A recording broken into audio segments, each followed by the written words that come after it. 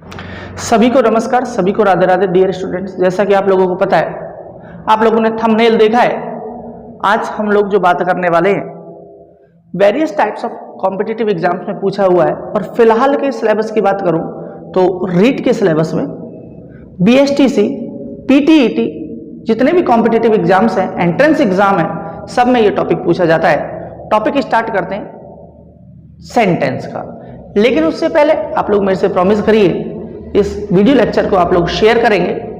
आप अपने खुद को और दूसरे लोगों से, सभी से चैनल को सब्सक्राइब करवाइए, क्योंकि यहाँ पर हम लोग जो नॉलेज की बात कर रहे हैं, ऑथेंटिक नॉलेज की बात कर रहे हैं। अलग अलग बुक्स में से, अलग अलग डिक्शनरीज में से ली हुई कुछ डेफिनेशंस हम लोग यहाँ पर पढ़ने वाले हैं। तो स्टार्ट करते हैं सेंटेंस।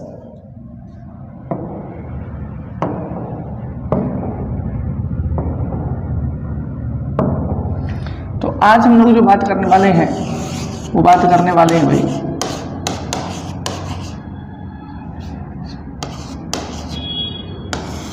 सेंटेंस क्या है।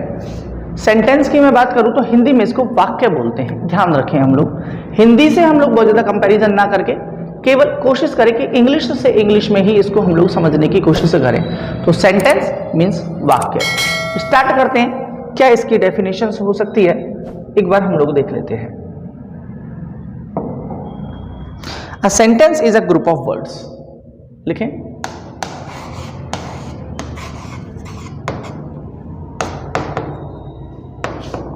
a sentence is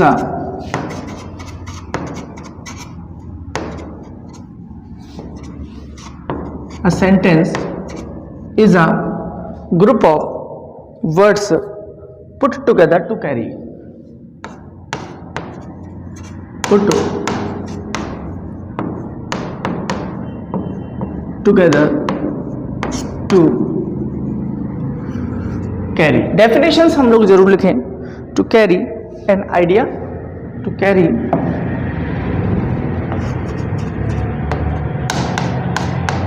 an idea, a fact, a request, a wish, a question, ETC। Next बात करें हम लोग, एक बार डेफिनेशन लिख करके फिर हम लोग एक बार इनको देख लेते हैं, ठीक है।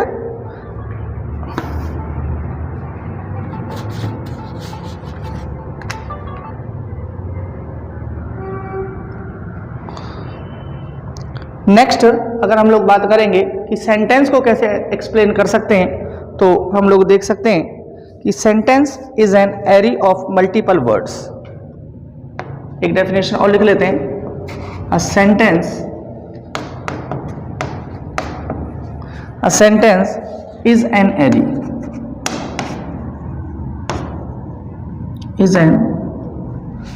Array, of multiple words, of multiple words इसके अंदर हो सकते हैं। अरे जो वो वर्ड्स जो होंगे arranged in a particular order, in a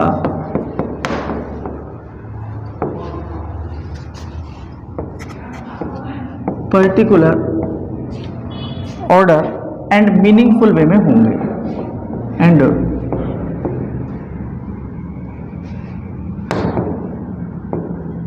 meaningful वो होंगे। बात करें हम लोग एक एग्जाम्पल की और बात कर लें तो अ सेट ऑफ वर्ड्स होता है ये भाई। क्या होता है? A set of words. क्या होगा? एक सेट ऑफ वर्ड्स होगा जो एक्सप्लोरिंग कर रहा होगा, एक्सप्रेसिंग कर रहा होगा, एक्सप्रेस कर रहा होगा, बता रहा होगा a statement,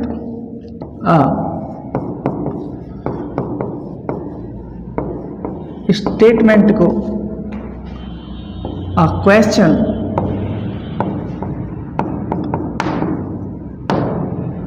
a statement, a question or an order,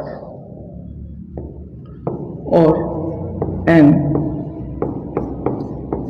order usually containing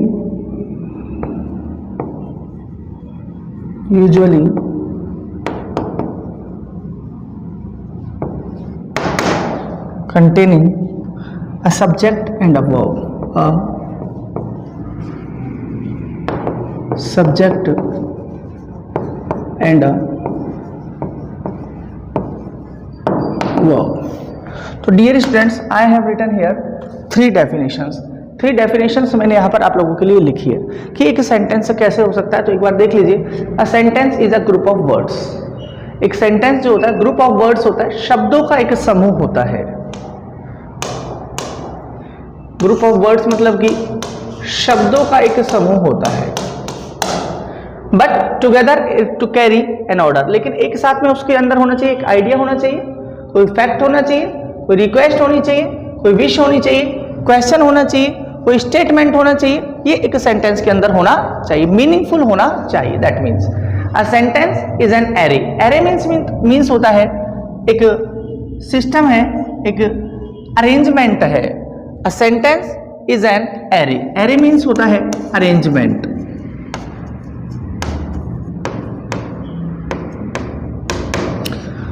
a sentence is an array of multiple words. अनेकों वर्ड्स रहेंगे इसके अंदर जो कि अरेंज होंगे, सेट होंगे इन अ पर्टिकुलर ऑर्डर में। एक ऑर्डर होगा इसका, भाई ऑर्डर होगा, सीक्वेंस होगा, और वो एक मीनिंगफुल भी होगा, एक अर्थ देने वाला होगा। वो होता है एक सेंटेंस। एक और देखते हैं हम लोग, a set of words expressing a statement, a question और एन ऑर्डर यूजुअली कंटेनिंग मतलब कि एडिंग, शामिल होता है, जिसमें कि एक सब्जेक्ट होगा और एक वर्ब होगा।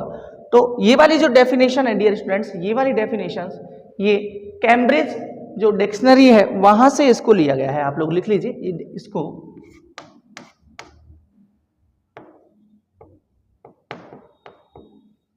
कैम्ब्रिज डिक्शनरी से लिया गया है।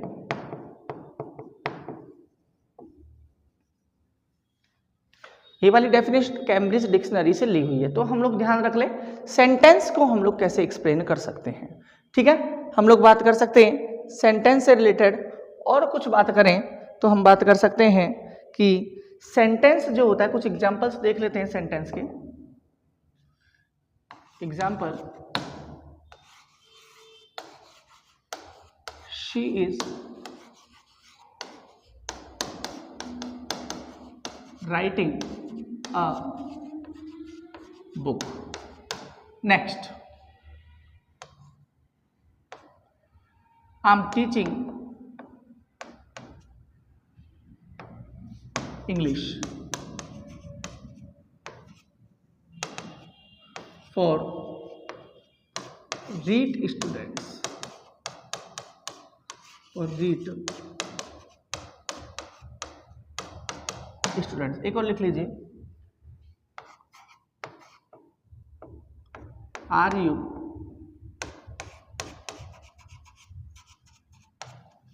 Playing hockey now. कुछ एग्जांपल्स और है, fetch me a glass of water, fetch me a glass of water. Dear students, हम लोग बात कर रहे हैं सेंटेंस। सेंटेंस क्या होगा? ग्रुप ऑफ वर्ड्स होगा, शब्दों का एक समूह होगा जो कि क्या देगा हम लोगों के लिए, एक प्रॉपर अर्थ देगा। उसको हम लोग बोलते हैं सेंटेंस। सेंटेंस की कुछ विशेषताएं भी होती हैं। एक सेंटेंस के अंदर जो शामिल होता है वो एक सब्जेक्ट होगा और एक वर्ब होगा। ध्यान रखें, सेंटेंस के अंदर जो हम लोग बात कर सकते हैं कुछ, जैसे कि कोई रिक्वेस्ट हो सकती है, कोई फैक्ट हो सकता है, कोई बात करें इंफॉर्मेशन हो सकती है, कोई ऑर्डर हो सकता है, कोई क्वेश्चन हो सकता है। तो इस तरीके से हम लोग बात कर सकते हैं। She is writing a book, वो एक बुक लिख रही है, तो यहाँ पर केवल एक स्टेटमेंट है। ये क्या है? एक स्टेटमेंट है। I am teaching English for REET students, तो ये भी एक स्टेटमेंट है। लेकिन देखिए, are you playing hockey now, ये यहाँ पर क्वेश्चन पूछा गया है। और यहाँ पर fetch me a glass of water, मेरे लिए एक गिलास पानी लेकर के आओ, तो यहां पर क्या दिया हुआ है, ऑर्डर है।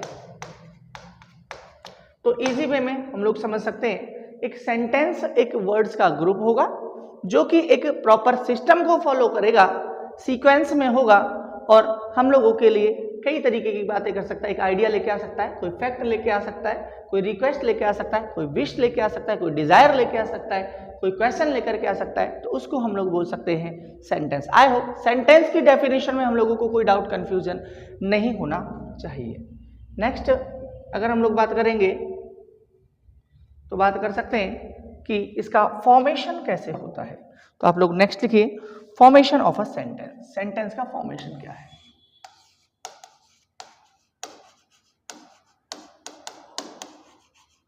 Formation of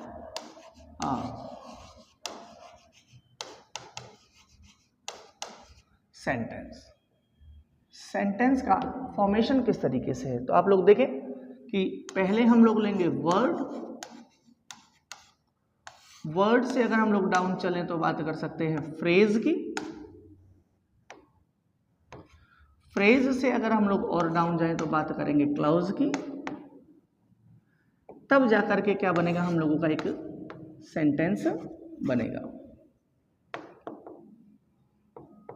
let's move for some example, समझे। वर्ड बात करें हम लोग, 3-4 वर्ड में लिख लेता हूं। जैसे कि मैं बात कर लूं, एक वर्ड लिख लेते हैं प्ले।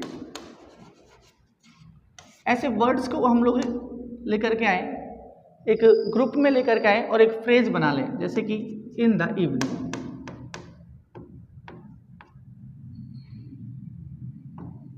यह हम लोग को क्लॉज में लेकर के आए, क्लॉज में लाएंगे हम लोग, तो क्लॉज में हम लोगों के पास में कंजंक्शन होना चाहिए और इन सब को जोड़ देंगे तो हम लोगों के पास में एक सेंटेंस बन जाएगा, आई एम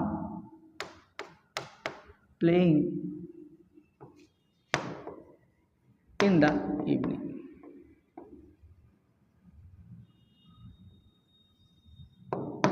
मेरे हिसाब से ये बातें आपको यहाँ पर क्लियर हो जानी चाहिए कि सेंटेंस किस फॉर्म में बन रहा है, किस तरीके से बन रहा है।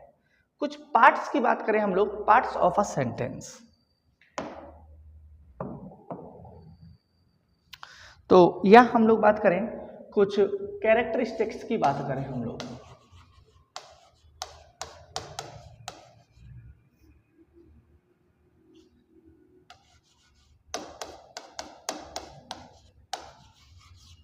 ऑफ अ सेंटेंस, सेंटेंस की कैरेक्टरिस्टिक्स की बात करें, सेंटेंस की विशेषताओं की बात करें तो हम लोग ध्यान रख लें कि सेंटेंस की क्या विशेषताएं हो सकती हैं। A capital letter at the beginning. तो सबसे पहले बात करें a capital letter, a capital letter in the beginning.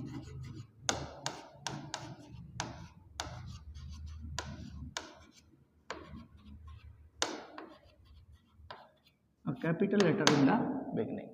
Next बात करें अ पीरियड, क्वेश्चन मार्क और exclamation point at the and.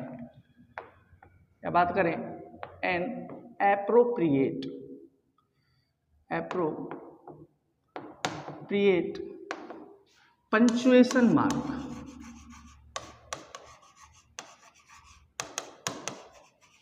Punctuation mark in the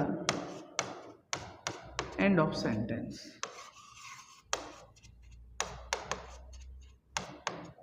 next बात करें हम लोग तो बात कर सकते हैं subject stated only once, a subject stated only one.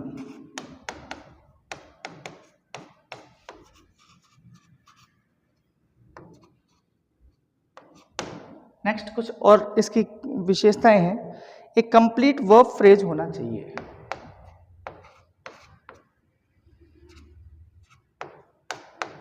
Complete verb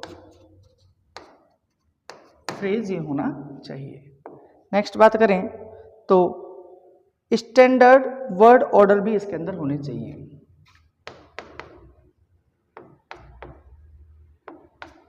standard word order भी इसके अंदर होने चाहिए। नेक्स्ट बात करें हम लोग तो याद कर सकते हैं एक इंडिपेंडेंट क्लॉज होना चाहिए। एन इंडिपेंडेंट, एक इंडिपेंडेंट क्लॉज इसके अंदर होना चाहिए। तो डियर स्टूडेंट्स, ये एक सेंटेंस की कुछ विशेषताएं हैं कि एक सेंटेंस जो कैपिटल लेटर के साथ में ही स्टार्ट होना चाहिए। नेक्स्ट अगर हम लोग बात करें तो कैपिटल लेटर का मतलब क्या है, मीन्स जैसे कि बड़े लेटर के साथ में स्टार्ट होना चाहिए, कैपिटल लेटर होना चाहिए, पहला अक्षर उसका बड़ा होना चाहिए। एक एप्रोप्रिएट पंक्चुएशन मार्क होना चाहिए in the end of the sentence. क्या पंक्चुएशन मार्क्स की बात करें हम लोग तो क्या होना चाहिए, वहां पर फुल स्टॉप होना चाहिए, या हम लोग बात करें वहां पर तो एक्सक्लेमेटरी साइन होना चाहिए, इंटरोगेटिव होना चाहिए, जो भी एक उपयुक्त जो विराम चिन्ह है उसका प्रयोग सेंटेंस के लास्ट में होना चाहिए। एक सब्जेक्ट जो होता है, एक स्टेट ओनली वन, उसके अंदर एक सब्जेक्ट होना चाहिए, एक कंप्लीट वर्ब फ्रेज में होना चाहिए। नेक्स्ट बात करें स्टैंडर्ड वर्ड ऑर्डर भी होना चाहिए एंड इंडिपेंडेंट क्लॉज के रूप में होना चाहिए। एक हम लोग बात करें तो आप लोग नोट डाल के लिख सकते हो यहां पर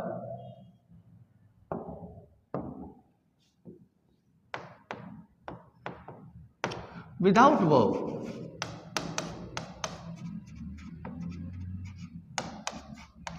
without verb we can't make or compose, we can't make या create any sentence।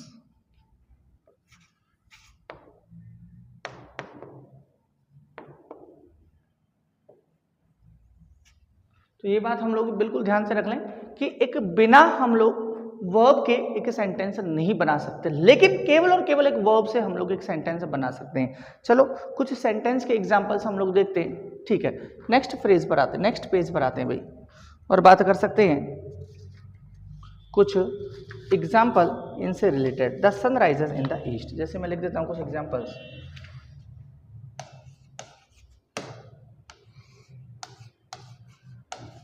The sun rises in the east.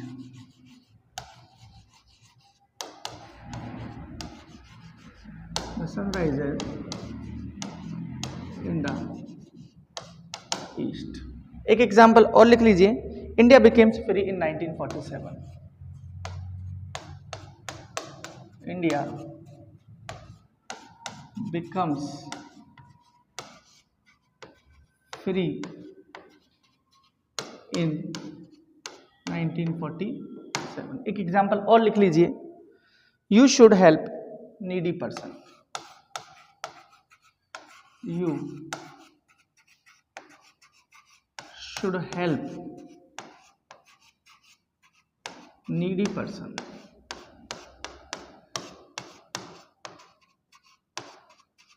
एक एग्जाम्पल और लिख लीजिए आप लोग, may you live long with prosperity, may you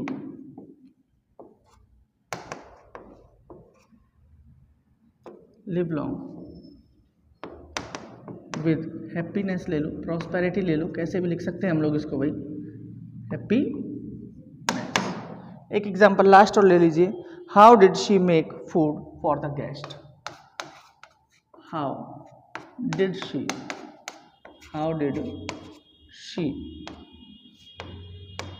make food for the guest।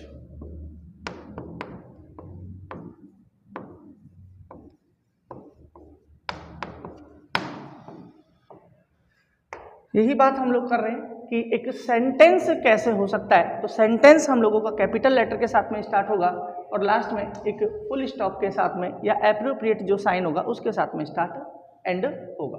तो the sun rises in the east, सूरज पूरब से निकलता है। ये बात करें हम लोग तो एक फैक्ट भी है, एक डिक्लेरेशन भी है, इंडिया बिकेम्स फ्री इन 1947। ये क्या है, न्यूज़पेपर की हेडिंग है भाई।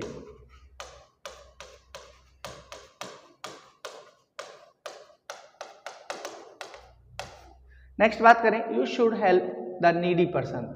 यहाँ पर आप लोगों को एडवाइस दी जा रही है। मे यू लिव लॉन्ग, अब यहाँ पर ये वाला साइन आएगा तो यहाँ पर क्या है, कोई विश बताई जा रही है, कोई इच्छा बताई जा रही है। How did she make food for the guest, वो खाना कैसे बनाएगी, तो यहाँ पर क्वेश्चन किया जा रहा है। तो इजी वे में हम लोगों को डेफिनेशन समझ में आ गई। एक सेंटेंस वो होता है जो कि ग्रुप ऑफ वर्ड्स होगा, मीनिंगफुल होगा और उसके अंदर प्रॉपर इंफॉर्मेशन होंगी, रिलेटेड आइडियाज, थॉट्स, आप लोगों के क्वेश्चंस, आप लोगों के ऑर्डर्स, आप लोगों की डिजायर, आप लोगों की विश, उसको हम लोग एक सेंटेंस बोल सकते हैं। हम लोग बात करते हैं सेंटेंस के कुछ पार्ट्स हैं, उन पार्ट्स की बात कर लेते हैं एक बार भाई। आप लोग लिखिए, नोट्स बनाइए अच्छे ढंग से। तो देखिए आप लोग, parts of a sentence, sentence के क्या पार्ट हैं उन पर एक बार हम लोग बात कर लेते हैं। तो सेंटेंस को हम लोगों के, सेंटेंस के जो पार्ट्स हैं वो हम लोगों के पास में 2 पार्ट्स हैं। पार्ट्स जो हैं वो 2 हैं। एक आप लोगों का है जिसको हम लोग बोलते हैं सब्जेक्ट, और एक है आप लोगों का जिसको हम लोग बोलते हैं प्रेडिकेट। सब्जेक्ट को हम लोग डूअर भी बोलते हैं, ठीक है। हम लोग बात करें सेंटेंस के पार्ट की, तो सेंटेंस हम लोगों के पास में 2 पार्ट्स में है, एक तो सब्जेक्ट है और एक है प्रेडिकेट, ठीक है। सब्जेक्ट क्या है, एक बार हल्के सी डेफिनेशन के रूप में इसको समझ लेते हैं भाई। तो हम लोग लिख सकते हैं अ नाउन और प्रोनाउन। क्या होगा भैया, इसको लिख लीजिए, अ नाउन हो सकता है, एक प्रोनाउन भी हो सकता है भैया, एक नाउन भी हो सकता है, एक प्रोनाउन भी हो सकता है, या बात करें हम लोग तो एक नाउन फ्रेज भी हो सकता है ये, ठीक है। एक नाउन है, प्रोनाउन फ्रेज हो सकता है। That does the action mention, that does the action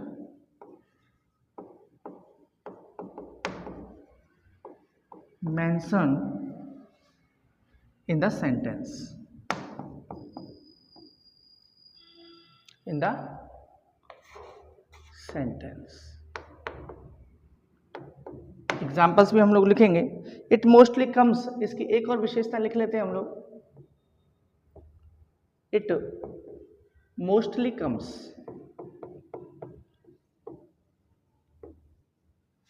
it mostly come at the beginning of a sentence, at the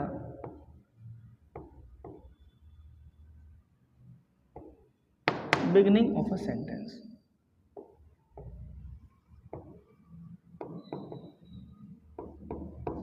जबकि बात करें हम लोग कि ये प्रेडिकेट क्या हो सकता है, तो प्रेडिकेट की बात कर देंगे। प्रेडिकेट जो होगा आप लोगों का वो होगा लीव द सब्जेक्ट, सब्जेक्ट को छोड़ दीजिए, leave the subject and the rest part of a sentence, and the rest part of the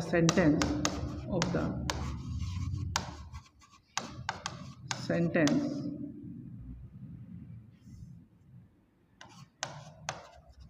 is predicate, उसको हम लोग प्रेडिकेट बोलते हैं। इसके बारे में एक बात और हम लोग लिख सकते हैं, प्रेडिकेट क्या है, लीव द सब्जेक्ट, सब्जेक्ट को छोड़ दीजिए, बाकी का जो भाग है, ठीक है। It begins with the verb, जैसे ये हो रहा था, it begins with the verb, with the verb. तो dear students, as I have written here, मैंने यहाँ पर कुछ बातें लिखी हैं। सब्जेक्ट क्या है, प्रेडिकेट क्या है, दोनों को एक्सप्लेन किया है। सब्जेक्ट क्या है, स्टार्टिंग में आएगा सेंटेंस के, ये स्टार्ट होगा वर्ब के साथ में। हम लोग बात करें तो ये वर्ब के साथ में स्टार्ट होगा, ये सेंटेंस के बिगिनिंग में होगा। क्या हो सकता है सब्जेक्ट हम लोगों के पास में, या बात करें हम लोग शॉर्ट ट्रिक की बात करें, जो हम लोगों को रिप्लाई दे किसका, हु का। या ध्यान रखें हेल्पिंग वर्ब या मेन वर्ब से पहले जो भी कुछ होता है वो होता है हम लोगों का सब्जेक्ट। तो आप लोगों को ये बात समझ आ गई, सब्जेक्ट को छोड़ दो बाकी का बचा हुआ जो भाग है उसको हम लोग प्रेडिकेट बोलते हैं। I hope that will be clear. हम लोग बात करते हैं कुछ एग्जांपल्स से, इसको और समझते हैं।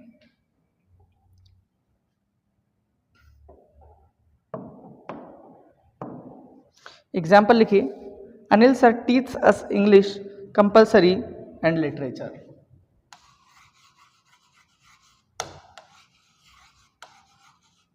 Anil sir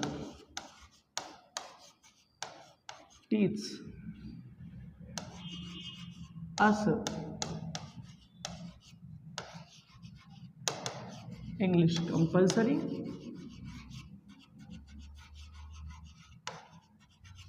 and literature.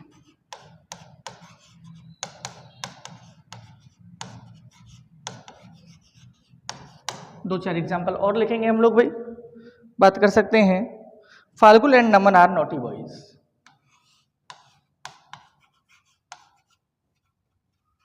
Phalgun and Naman are naughty boys. एक एग्जाम्पल और लिख लेते हैं हम लोग भाई, the girl wearing the blue jeans. The girl wearing the girl wearing the blue jeans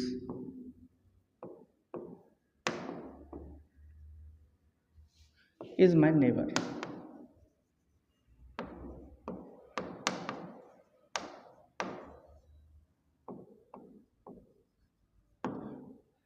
three examples के थ्रू हम लोग समझेंगे सब्जेक्ट और प्रेडिकेट क्या है, यानी कि सेंटेंस का वो भाग जो कि व्हाट का हम लोगों के लिए हु का रिप्लाई दे रहा है वो होता है सब्जेक्ट।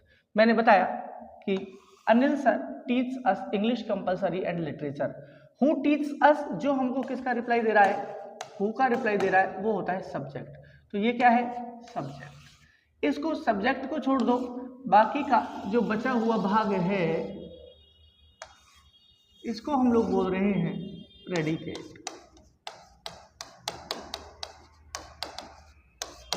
नेक्स्ट देखते हैं, Falgun and Naman are naughty boys.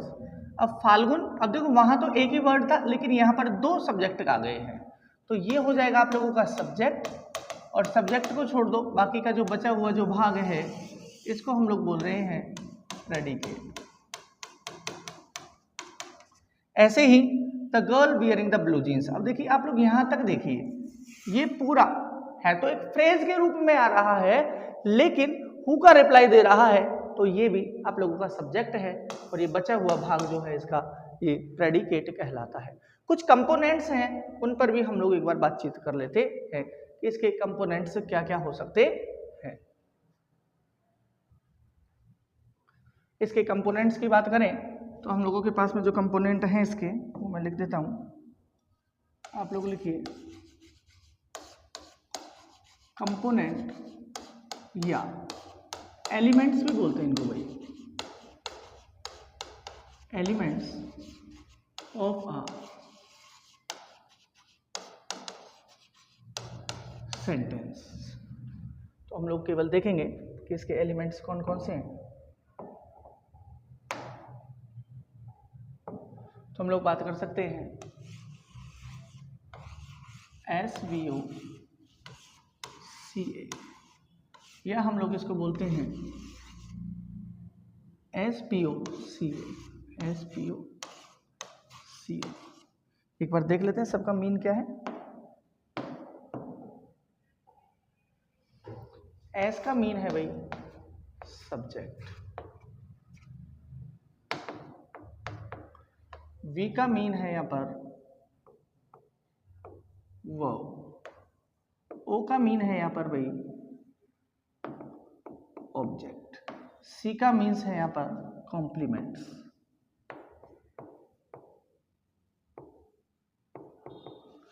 ए का मतलब है यहाँ पर एडवर्बियल, या एडजेंट बोलते हैं इसको भाई। हम लोग इसको जो हम लोग बोलते हैं वो बोलते हैं भाई एडजेंट।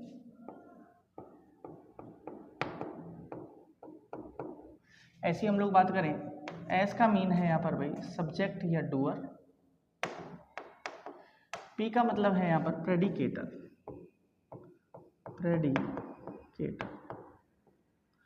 ओ का मतलब है यहाँ पर भाई ऑब्जेक्ट, सी का मतलब है यहाँ पर कॉम्प्लीमेंट, और ए का मतलब है यहाँ पर एडजेंट। तो ये हम लोगों का जो सेंटेंस है उसके कंपोनेंट होते हैं SVOCA और SPOCA। कई बार कॉम्पिटिटिव एग्जाम से पूछा है SVOCA में V क्या फंक्शन कर रहा है, SVOCA में C क्या फंक्शन कर रहा है, SVOCA में S क्या फंक्शन कर रहा है। कई बार इस तरीके के क्वेश्चंस आ जाते हैं। चलो कुछ एग्जांपल्स करते हैं और हम लोग नेक्स्ट बात करते हैं भाई।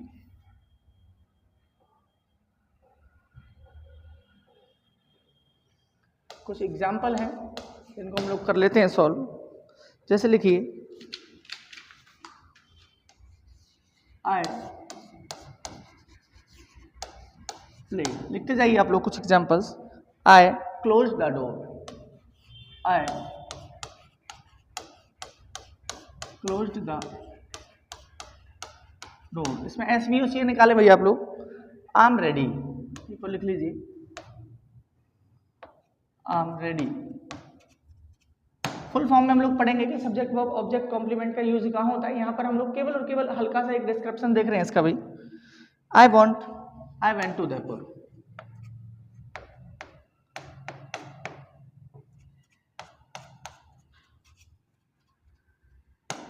कुछ एग्जाम्पल और लिखिए। I gave him a pen, I gave him a pen. एक एग्जाम्पल और लिख लीजिए। I got my shoes wet, I got my shoes wet. तो SVOCA बताएं। ये तो हम लोगों के पास में एस है, ये वर्ब है, ये सब्जेक्ट है, ये वर्ब है, ये ऑब्जेक्ट है। जो हम लोगों को व्हाट का रिप्लाई दे देता है वो होता है object. Next I am ready, subject है, वर्ब है, क्या वर्ड दे रखा है रेडी। रेडी आई को कंप्लीट कर रहा है इसलिए कॉम्प्लीमेंट है। आई है, सब्जेक्ट है, वी वर्ब है, टू जयपुर वेयर का रिप्लाई दे रहा है इसलिए यहाँ पर एडजेंट है। ये ध्यान रखें, आई सब्जेक्ट है, वर्ब है, ऑब्जेक्ट है और ये भी ऑब्जेक्ट है। ऑब्जेक्ट एक है आप लोगों का डायरेक्ट ऑब्जेक्ट और एक आप लोगों का है indirect object. I got my shoes wet, wet जो है शूज के लिए आया है तो यहाँ पर ये कॉम्प्लीमेंट है। आई सब्जेक्ट है, वर्ब है, माई शूज व्हाट का रिप्लाई दे रहा है ऑब्जेक्ट कॉम्प्लीमेंट है। तो हम लोग ध्यान रखें कि सब्जेक्ट के जो एक सेंटेंस है उसके कंपोनेंट SVOCA हो सकते हैं। उनके मैंने एग्जांपल्स आप लोगों को करवाने की कोशिश की है।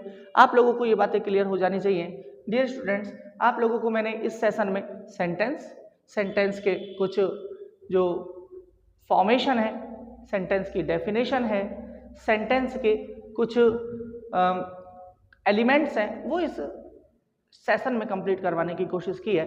इस वीडियो लेक्चर को आप ज़्यादा से ज़्यादा देखें। Thanks for watching the video lecture dear students.